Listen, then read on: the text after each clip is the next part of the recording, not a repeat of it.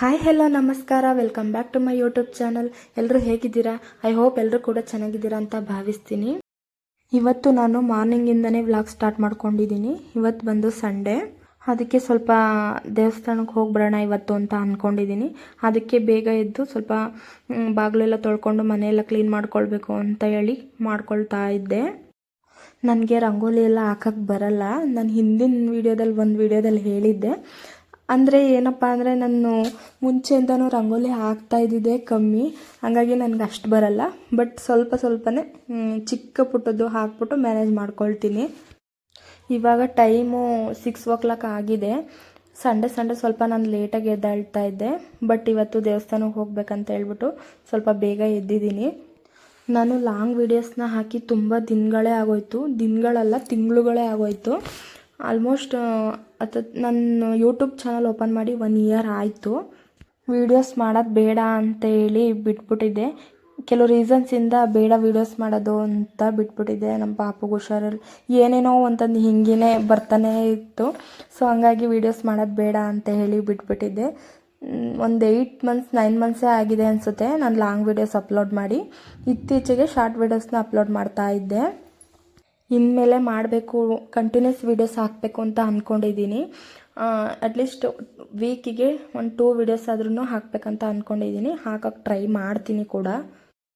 ರಂಗೋಲಿ ಎಲ್ಲ ಹಾಕ್ಕೊಂಡು ನಾನು ಕಸ ಎಲ್ಲ ಗುಡಿಸ್ಕೊಂಡು ಮನೆ ಕ್ಲೀನ್ ಮಾಡ್ಕೊಂಡು ಒರೆಸ್ಕೊಳ್ತಾ ಇದ್ದೆ. ನಾನು ಹೋಗ್ತಿರೋ ದೇವಸ್ಥಾನ ಬಂದು ಹೊನ್ನನಗಟ್ಟಿ ಹತ್ರ ತಾವರೆಕೆರೆ ಹತ್ರ ಇರೋ ಹೊನ್ನವ ಮಂತ್ರಾಲಯ ಕಾಯಿ ಕೊಟ್ಟೋದು ಇದೆಯಲ್ಲ, ಆ ದೇವಸ್ಥಾನಕ್ಕೆ ಹೋಗ್ತಾ ಇರೋದು. ಇವತ್ತು ಭಾನುವಾರ ಆಗಿರೋದ್ರಿಂದ ಹೆಂಗಿರುತ್ತೆ ಅಂತ ಗೊತ್ತಿಲ್ಲ, ಮೋಸ್ಟ್ಲಿ ರಶ್ ಇರುತ್ತೆ ಅಂತ ಅಂದ್ಕೊಳ್ತೀನಿ.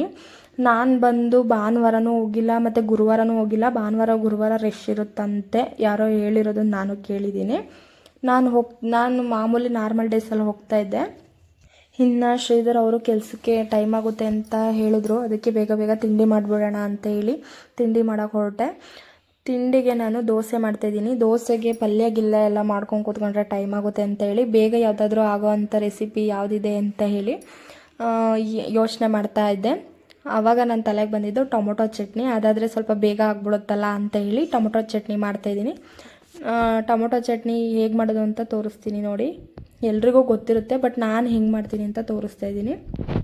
ಮೊದಲಿಗೆ ನಾನು ಒಂದು ಬಾಣಲಿ ಇಟ್ಕೊಂಡು ಅದಕ್ಕೆ ಸ್ವಲ್ಪ ಆಯಿಲ್ ಹಾಕ್ಕೊಂಡು, ಅದು ಆಯಿಲು ಕಾದ್ಮೇಲೆ ಕಟ್ ಮಾಡಿ ಇಟ್ಕೊಂಡಿದ್ದು 2 ಈರುಳ್ಳಿ ಕಟ್ ಮಾಡಿ ಇಟ್ಕೊಂಡಿದ್ದೆ ನಾನು.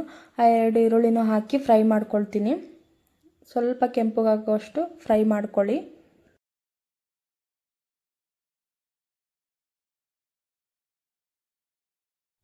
ಈರುಳ್ಳಿ ಸ್ವಲ್ಪ ಫ್ರೈ ಆದಮೇಲೆ ಅದ್ರ ಜೊತೆಗೆ ನಾನು 2 ಟೊಮೊಟೊ ಕಟ್ ಮಾಡಿ ಇಟ್ಕೊಂಡಿದ್ದೆ, ಆ ಟೊಮೊಟೊನ ಸೇರಿಸಿ ಫ್ರೈ ಮಾಡ್ಕೊಳ್ಳೋಣ. ಅದ್ರ ಜೊತೆಗೆ ಸ್ವಲ್ಪ ಉಪ್ಪು ಮತ್ತು ಅರಿಶಿನ ಪುಡಿ, ನಿಮ್ಗೆ ಎಷ್ಟು ಬೇಕು ಅಷ್ಟು ಹಾಕ್ಕೊಳ್ಳಿ. ಹಾಗೆ ಕರಿಬೇವಿನ ಸೊಪ್ಪು ಇಷ್ಟನ್ನು ಹಾಕ್ಕೊಂಡು ಸ್ವಲ್ಪ ಹೊತ್ತು ಹುರ್ಕೋಬೇಕು. ಆದಷ್ಟು ಲೋ ಫ್ಲೇಮಲ್ಲೇ ಇಟ್ಕೊಂಡು ಹುರ್ಕೋಬೇಕು. ಆ ಟೊಮೊಟೊ ಸಾಫ್ಟಾಗಿ ಸ್ಮ್ಯಾಶ್ ಆಗೋವರೆಗೂ ಹುರ್ಕೊಂಡ್ರೆ ಸಾಕು. ಅದ್ರ ಜೊತೆ ಸ್ವಲ್ಪ ನಾನು ಕೊತ್ತಂಬರಿ ಸೊಪ್ಪನ್ನ ಹಾಕ್ತಾಯಿದ್ದೀನಿ. ಚೆನ್ನಾಗಿ ಮಿಕ್ಸ್ ಮಾಡಿಕೊಂಡು ಅದಕ್ಕೆ 1-2 ಸ್ಪೂನು ಖಾರದ ಪುಡಿ ಹಾಕ್ತಾಯಿದ್ದೀನಿ. ಖಾರದ ಪುಡಿ ಎಲ್ಲ ಹಾಕಿ ಆದಮೇಲೆ ಅದನ್ನು ಚೆನ್ನಾಗಿ ಮಿಕ್ಸ್ ಮಾಡಿಕೊಂಡು ತೆಗೆದ್ಬಿಟ್ಟು ಮಿಕ್ಸಿ ಜಾರ್ಗೆ ಹಾಕಿ ಸ್ವಲ್ಪ ಸಣ್ಣದಾಗಿ ಪೇಸ್ಟ್ ಮಾಡ್ಕೋಬೇಕು. ನಾನು ಹಾಕೊಳ್ಳೋಣ ಅಂತ ಹೋಗಿ ಅದು ಸುಡ್ತಾ ಇತ್ತಲ್ಲ, ಅದಕ್ಕೆ ಸ್ವಲ್ಪ ತಣ್ಣಗಾಗಲಿ ಅಂತ ಹಾಗೆ ತೆಗೆದಿಟ್ಬಿಟ್ಟೆ. ಆಮೇಲೆ ಅದಕ್ಕೆ ಕಡಲೆ ಬೀಜದ ಪೌಡರ್ನ ಹಾಕಬೇಕಾಗಿತ್ತು, ನಾನು ಮರ್ತುಬಿಟ್ಟಿದ್ದೆ. ಸೊ ಅದನ್ನು ರೆಡಿ ಮಾಡ್ಕೊಳ್ಳೋವಷ್ಟರೊಳಗಡೆ ಇದು ತಣ್ಣಗಾಗುತ್ತೆ ಅಂತ ಹೇಳ್ಬಿಟ್ಟು ಅಲ್ಲಿಟ್ಟು ಕಡಲೆ ಬೀಜನ ಹುರ್ಕೊಳ್ತಾ ಇದ್ದೀನಿ. ಕಡಲೆ ಬೀಜದ ಹಸಿ ಸ್ಮೆಲ್ಲೆಲ್ಲ ಹೋಗೋವರೆಗೂ ನೀಟಾಗಿ ಲೋ ಫ್ಲೇಮಲ್ಲೇ ಹುರ್ಕೋಬೇಕು. ಹುರ್ಕೊಂಡಿದ್ದಾದಮೇಲೆ ಅದ್ರ ಸಿಪ್ಪೆ ಎಲ್ಲ ಬಿಡಿಸ್ಬಿಟ್ಟು ನಾನು ಮಿಕ್ಸಿ ಜಾರ್ಗೆ ಹಾಕಿ ಸಣ್ಣದಾಗಿ ಪೌಡ್ರ್ ಮಾಡ್ಕೊತೀನಿ ಕಡಲೆ ಬೀಜನ. ಹಾಗೆ ತಿನ್ನೋಕ್ಕೆ ಅಂತ ಹೇಳಿಬಿಟ್ಟು ತೆಗೆದಿಟ್ಕೊಳ್ತಾ ಇದ್ದೆ.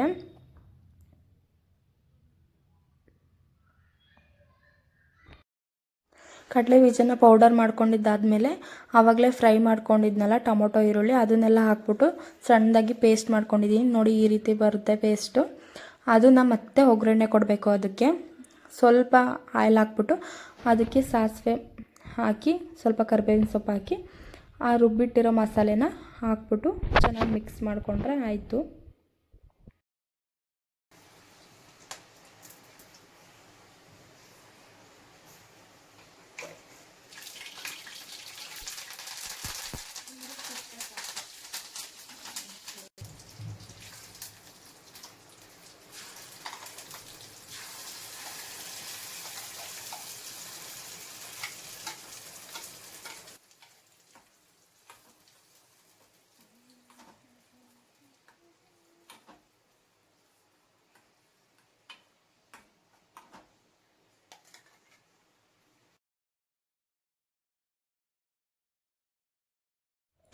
ಈ ಥರ ಸ್ವಲ್ಪ ಕುದಿ ಬಂದಮೇಲೆ ಅದಕ್ಕೆ ನಾನು ಪೌಡರ್ ಮಾಡಿ ಇಟ್ಕೊಂಡಿದ್ನಲ್ಲ ಕಡಲೆಬೀಜ ಪೌಡರು, ಅದನ್ನು ನಾನು ಹಾಕ್ಕೊಳ್ತಾ ಇದ್ದೀನಿ. ಹಾಕ್ಕೊಂಡು ಚೆನ್ನಾಗಿ ಮಿಕ್ಸ್ ಮಾಡಿಕೊಂಡು ಇನ್ನೊಂದು ಸ್ವಲ್ಪ ಕುದಿಸ್ಕೊಂಡು ನೀಟಾಗಿ ಮಿಕ್ಸ್ ಮಾಡಿಕೊಂಡು ಆಫ್ ಮಾಡಿದ್ರೆ ಮುಗೀತು, ಟೊಮೊಟೊ ಚಟ್ನಿ ರೆಡಿ ಆಯಿತು. ಅಷ್ಟೇ, ತುಂಬ ಚೆನ್ನಾಗಿರುತ್ತೆ ಟೇಸ್ಟು. ನೀವು ಒಂದ್ಸಲ ಟ್ರೈ ಮಾಡಿ ನೋಡಿ.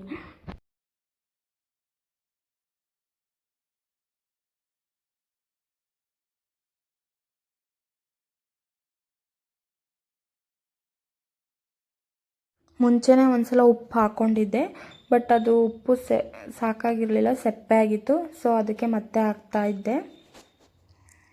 ನೀವು ಯಾರಾದರೂ ಮಾಡೋದಿದ್ರೆ ನೋಡಿ ಉಪ್ಪು ಹಾಕ್ಕೊಳ್ಳಿ.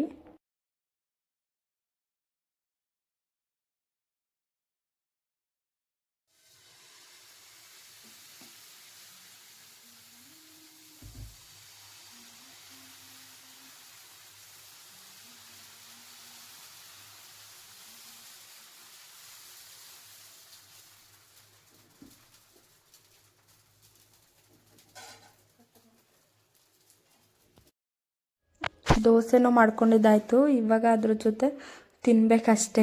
ತಿಂದ್ಬಿಟ್ಟು ಬೇಗ ಬೇಗ ರೆಡಿಯಾಗಿ ಹೊರಟ್ಬಿಟ್ಟು ಹೋಗಬೇಕು.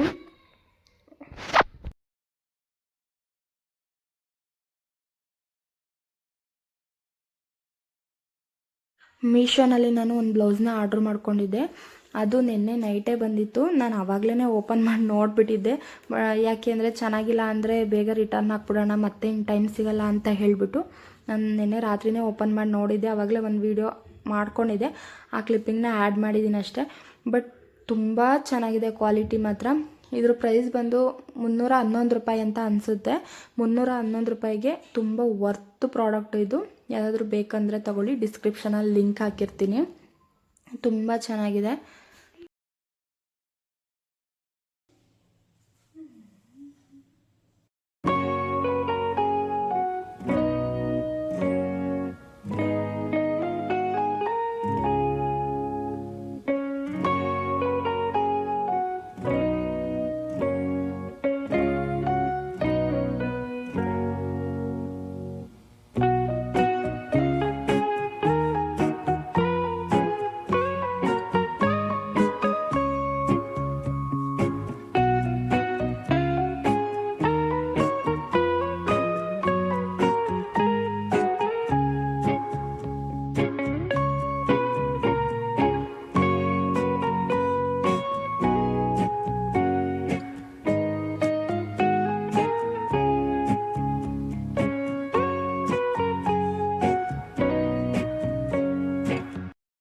ಇತ್ತೀಚೆಗೆ ತುಂಬ ನಂಬೋ ದೇವರು ಅಂದರೆ ಅದು ರಾಘವೇಂದ್ರ ಸ್ವಾಮಿ. ನಾನು ನಂಬೋ ದೇವರು. ಅವ್ರು ಒಳ್ಳೆ ಮನಸ್ಸಿಂದ ಏನು ಕೇಳ್ಕೊಂಡು ಕೊಡ್ತಾರೆ ಅನ್ನೋ ಒಂದು ನಂಬಿಕೆ ನನಗೆ. ಕೊಡ್ತಾರೆ ಕೂಡ, ನನಗೆ ಕೊಟ್ಟಿದ್ದಾರೆ. ಹಾಗಾಗಿ ಏನೋ ಒಂದು ಪಾಸಿಟಿವ್ ವೈಬ್ಸ್ ಒಳ್ಳೆಯದಾಗುತ್ತೆ ಅನ್ನೋ ಥರ ಒಂದು ನಂಬಿಕೆ. ಅವರು ನಮ್ಮ ಮನೆಗೆ ಬಂದಾಗಿಂದ, ಅಂದರೆ ಅವ್ರ ಫೋಟೋನ ನಮ್ಮ ಮನೆಗೆ ತಂದು ನಾನು ಪೂಜೆ ಮಾಡೋಕ್ಕೆ ಸ್ಟಾರ್ಟ್ ಮಾಡಿದಾಗಿಂದ ನನಗೆಲ್ಲ ಒಳ್ಳೆಯದೇ ಆಗಿರೋದು. ಹಾಗಾಗಿ ಎಲ್ಲ ಒಳ್ಳೆಯದಾಗುತ್ತೆ ಅನ್ನೋ ಒಂದು ನಂಬಿಕೆ ನನಗೆ ಅವ್ರ ಮೇಲೆ.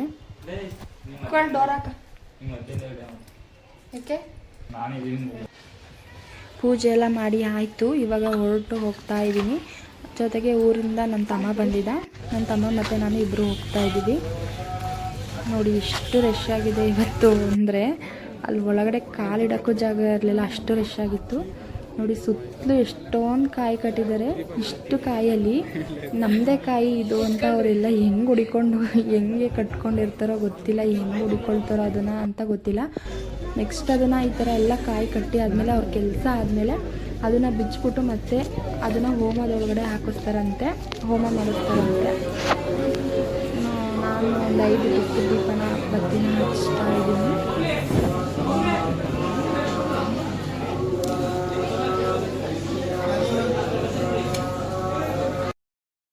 ನಾವು ಮನಸ್ಸಲ್ಲಿ ಏನಾದರೂ ಸಂಕಲ್ಪ ಮಾಡಿಕೊಂಡು ಹರಕೆ ಮಾಡಿಕೊಂಡು ಇಲ್ಲಿ ಕಾಯಿ ಕಟ್ಟಿದ್ರೆ ನಾವು ಅಂದ್ಕೊಂಡಿರೋದು ಏನು ಹರಕೆ ಮಾಡ್ಕೊಂಡಿದ್ದೀವಿ ಆ ಕೆಲಸ ನೆರವೇರುತ್ತೆ ಅಂತ ಹೇಳ್ತಾರೆ. ಅವರೇ ಹೇಳ್ತಾರೆ ಅಲ್ಲಿ, ಅವ್ರನ್ನ ಕೇಳಿದ್ರೆ ಎಷ್ಟು ವಾರ ನಾವು ಏನು ಹರಕೆ ಮಾಡ್ಕೊಂಡಿದ್ದೀವಿ ಅಂತ ಅವ್ರಿಗೆ ಹೇಳಿದ್ರೆ ಸಾಕು, ಅವರೇ ಹೇಳ್ತಾರೆ ಎಷ್ಟು ವಾರ ಕಾಯಿ ಕಟ್ಟಬೇಕು, ನೀವು ಎಷ್ಟು ವಾರ ಬರಬೇಕು, ಎಷ್ಟು ವಾರ ಸೇವೆ ಸಲ್ಲಿಸ್ಬೇಕು ಅಂತ ಅವರೇ ಹೇಳ್ತಾರೆ. 31 ವಾರ ಮತ್ತು 9 ವಾರ ಈ ಥರ ಎಲ್ಲ ಇರುತ್ತಂತೆ. ಆಮೇಲೆ ನಮ್ಮ ಕೆಲಸ ಆದಮೇಲೆ ಅಂದರೆ ನಾವು ಅಂದ್ಕೊಂಡಿರೋದು ಈಡೇರಿದ ಮೇಲೆ ನಾವು ಕಟ್ಟಿರೋ ಕಾಯಿನ ನಾವೇ ಬಿಚ್ಚಿಬಿಟ್ಟು ಹೋಮದೊಳಗಡೆ ಹಾಕಬೇಕು. ನಾವು ಹಾಕಿದ್ರೂ ನಡೆಯುತ್ತೆ, ಬಟ್ ಅವ್ರ ಕೈಲೇ ಕೊಟ್ಟರೆ ಅವರೇ ಹಾಕ್ತಾರೆ. ಅಲ್ಲೇ ಊಟ ಎಲ್ಲ ಮಾಡ್ಕೊಂಡು ಬಂದ್ವಿ. ನಾವು ಮನೆಗೆ ಬರೋ ಅಷ್ಟರೊಳಗಡೆ ಮಳೆ ಸ್ಟಾರ್ಟ್ ಆಗೋಗ್ಬಿಡ್ತು. ಮಳೆನಲ್ಲೇ ಸ್ವಲ್ಪ ನೆಂದ್ಕೊಂಡೇ ಬಂದ್ವಿ. ಈ ಮಳೆಯಿಂದ ಈ ಬಟ್ಟೆ ಒಣಗಾಕೋಕ್ಕಂತೂ ಸಾಕಾಗೋಗ್ಬಿಟ್ಟಿದೆ. 1 ವೀಕಿಂದ ಬಟ್ಟೆ ನೆನೆಯುತ್ತೆ ಒಣಗುತ್ತೆ ಹೀಗೆ ಆಗ್ಬಿಟ್ಟಿತ್ತು. ಅದಕ್ಕೆ ನಾನಿವತ್ತು ಮನೆ ಒಳಗಡೆ ಹಗ್ಗ ಕಟ್ಬಿಟ್ಟಿದ್ದೀನಿ ಒಣಗಾಕೋಕ್ಕೆ ಅಂತ ಹೇಳಿ. ಇನ್ನು ಸ್ವಲ್ಪ ಬಟ್ಟೆಗಳೆಲ್ಲ ಇದ್ವು, ವಾಶ್ ಮಾಡಿ ಒಣಗಾಕೊಂಡು ಮನೆ ಕೆಲಸಗಳನ್ನ ಮಾಡ್ಕೊಳ್ಳೋದ್ರಲ್ಲೇ ಟೈಮ್ ಆಗೋಯಿತು. ವಿಡಿಯೋ ಕಂಟಿನ್ಯೂ ಮಾಡೋಕ್ಕಾಗಲಿಲ್ಲ. ಸ್ವಲ್ಪ ರೀಲ್ಸ್ ಮಾಡಿಕೊಂಡೆ, ಅದ್ರದ್ದು ಸ್ವಲ್ಪ ಕ್ಲಿಪ್ಪಿಂಗ್ಸ್ ಹಾಕಿದ್ದೀನಿ. ಹಾಗೆ ನನ್ನ ಚಾನಲ್ನ ಯಾರೆಲ್ಲ ಸಬ್ಸ್ಕ್ರೈಬ್ ಮಾಡ್ಕೊಂಡಿಲ್ಲ ಪ್ಲೀಸ್ ಹೋಗಿ ಸಬ್ಸ್ಕ್ರೈಬ್ ಮಾಡಿಕೊಂಡು ವೀಡಿಯೋಸ್ ನೋಡಿ. ಹಾಗೆ ಇಷ್ಟ ಆದರೆ ಒಂದು ಲೈಕ್ ಮಾಡಿ, ಶೇರ್ ಮಾಡಿ, ಕಮೆಂಟ್ ಮಾಡಿ. Thank you for